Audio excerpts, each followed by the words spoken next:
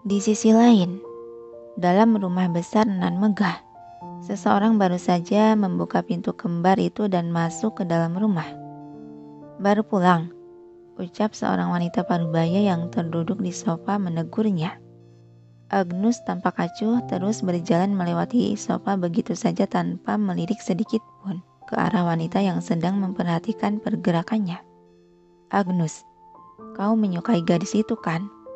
Pertanyaan tersebut langsung membuat langkah kaki Agnus yang akan menaiki anak tangga terhenti. Yang kali ini dia melirik tajam ke arah sofa di mana si wanita parubaya yang sebagai ibunya itu tengah terduduk anggun dengan tangan memegang segelas alkohol. "Apa yang ingin kau katakan?" Seringaian licik masih terulas di bibir merah gelap itu. Dia meneguk cairan berwarna merah di gelas. "Kau paling tahu apa yang paling ibumu inginkan, bukan? Aku tak sudi terlibat dalam ambisimu," ketus Agnus dan mulai menaiki anak tangga menuju lantai 2.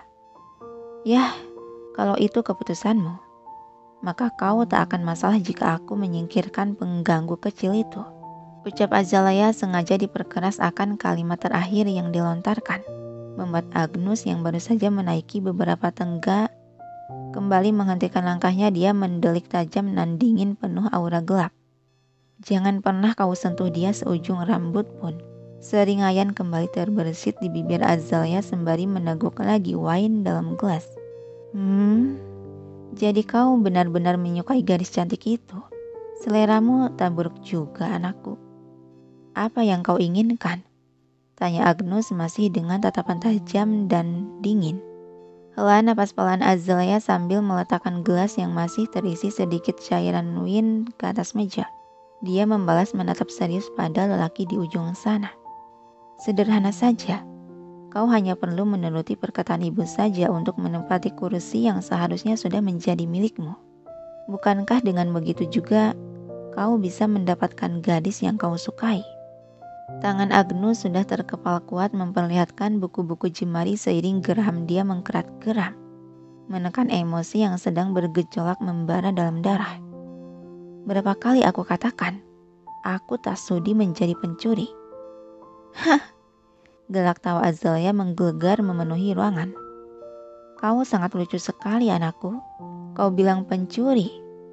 Sepersekian detik tawa Azalea mereda. Dia mengusap sudut matanya yang berair akibat puas tertawa. "Kau itu sungguh naif atau munafik. Padahal kau menginginkan istri orang lain. Bukankah kau itu sama seperti ibumu ini?" "Aku berbeda denganmu, karena sejak awal Lily adalah milikku." "Lalu kau ingin membiarkan saja pencuri itu mengambilnya darimu?" provokasi Azalea.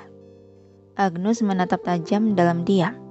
Dia menghembuskan napas kasar untuk membuang kekesalan dalam dada. "Apapun yang akan kulakukan, tak ada hubungannya denganmu. Dan jangan pernah sedikit pun kau berani menyentuh dia seujung kuku saja. Aku tak akan membiarkan walau kau itu ibuku," ancaman dia sembari melanjutkan langkah kakinya. Mendapat peringatan tersebut, Azalea malah tersenyum menyeringai. Sungguh anak keras kepala. Mirip siapa dia sampai berani mengancam pada ibunya?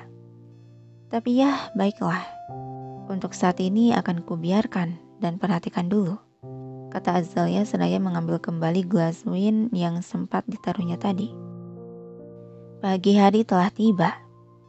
Geran melabuhkan kecupan lembut di pelipis gadis yang masih terbaring tertidur di atas ranjang.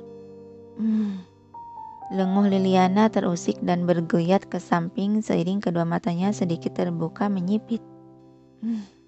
Apa sudah pagi? Senyuman terulas di bibir Geran sembari mengusap pelan puncuk rambut gadis cantik tersebut. Kalau masih ngantuk, tidurlah lagi, bisik dia yang kembali melebuhkan ciuman kilas di puncuk rambut. Sebentar saja, 5 menit. Oceh Liliana kembali memejamkan mata dan terlelap dalam tidur, membuat Geran yang melihatnya terkekeh pelan dan setelah puas memandangi wajah si istri, barulah dia beranjak hendak keluar ruangan. Lelaki tampan itu telah berpakaian setelan jas kantor rapi. dia sudah bersiap untuk berangkat bekerja.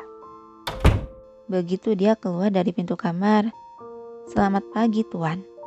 Dirinya langsung disambut oleh pelayan Rina dan Maisha. Geran melirik kedua pelayan yang terbungkuk memberi salam itu. Yang menjadi pusat netera perak dia adalah sebuah buket bunga dan tas dalam pegangan kedua tangan pelayan tersebut. Bunga dan perhiasan itu, Tuan Sekretaris Liam menitipkannya pada kami, karena semalam Anda sempat meninggalkannya. Berikan pada istriku. Baik, Tuan. Serempak kedua pelayan Maisha dan Rina masih dengan pandangan tertunduk tak berani menatap langsung sang majikannya. Dan kalian pelayan pribadi istriku? Iya, Tuan. Apa ada hal lain lagi yang Anda perintahkan? Jawab Mesa. Terus berada di dekat Liana. Dan jika dia hendak keluar rumah lagi, laporkan segera. Baik, Tuan, kami mengerti. Antarkan sarapan ke kamarnya sejam lagi. Biarkan dia istirahat. Ucap Geran lalu melangkah pergi meninggalkan kedua pelayan tersebut tanpa mau mendengarkan terlebih dahulu jawaban dari mereka. Geran terus melangkah menyusuri lorong panjang yang menuju pintu utama rumah sampai langkahnya telah memasuki ruangan utama. Pagi, Tuan. Salam Liam menundukkan bahu sebagai salam hormat. Yang hanya dibalas gumaman pelan dari si Geran dan tetap berjalan. Langsung ke kantor, kata Geran di sela langkah kakinya. Liam menatap punggung tegap di hadapan yang hanya berjarak 1 langkah saja darinya. Apa Tuan tidak akan sarapan dulu? Aku tak mau sarapan sendiri. Nanti di kantor saja. Jawab Geran merasa malas saat gambaran dirinya sarapan seorang diri di meja makan. Karena Liliana yang masih terlelap dalam selimut tidak bisa ikut sarapan. Baiklah, akan saya pesankan makanan Anda. Mereka telah sampai di teras rumah yang kini Geran tengah menuruni anak tangga teras sedangkan Liam telah melesat lebih dulu ke mobil. Oh ya Liam, si Kim sudahi saja hukumannya dan suruh cepat pulang untuk kembali pada tugas di rumah, kata Geran yang sudah berada di dekat mobil di mana si Liam berdiri di sana. Baik Tuan, jawab Liam sembari membukakan pintu penumpang belakang yang langsung Geran masuk ke dalam dan duduk di kursi penumpang. Liam menutup pintu mobil. Padahal aku masih belum puas memberinya pelajaran. Keberuntungan si Kim cukup lumayan juga. Gumam pelan Liam sembari membuka pintu mobil dan duduk di kursi kemudi.